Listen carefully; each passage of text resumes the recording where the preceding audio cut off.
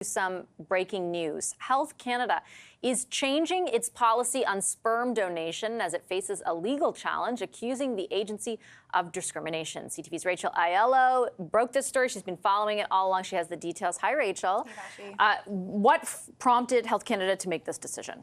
So this comes after CTV News reported of a constitutional challenge that was raised by a gay man in Toronto challenging the fairness of the rules. As they stand now, until they change, gay men in this country or other men who have sex with men have not been able to donate sperm through the anonymous donation process unless they had been abstinent for 3 months. Yeah, if that sounds familiar to folks, the rules for blood donation changed in 2022 to a behavior-based screening model. That is what Health Canada now says, effective May 8th, they will be transitioning to when it comes to looking at sperm donations. And how did this all come about? Because this is basically a legal challenge that essentially, you could say almost pushed them to this point. I think that's certainly an argument to make. The Health Canada memo that I read today to stakeholders indicated this came after consultations. At the time, Vassy, when I first reported this story, I was up on Parliament Hill challenging ministers about this, asking if the policy would change. And they did indicate some openness to it, acknowledging the recent updates on the blood ban.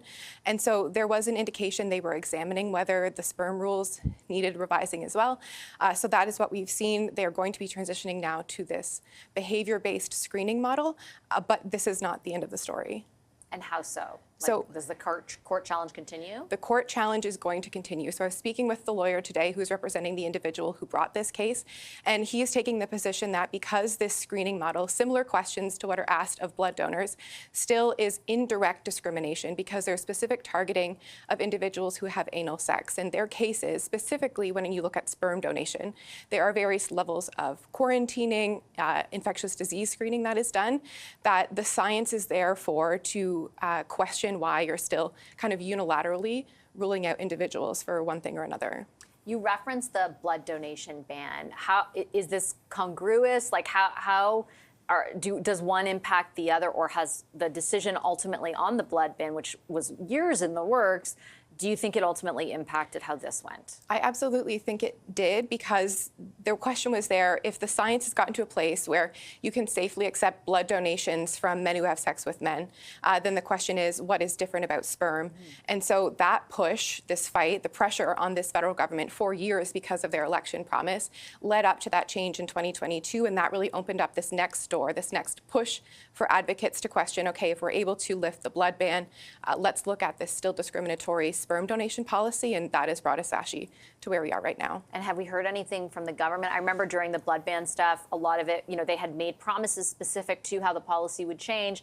They didn't come about in the timeline that they had promised. There was a lot of sort of like, oh, this is up to Health Canada. Like, is this something that's arm's length, or are they involved in this at all?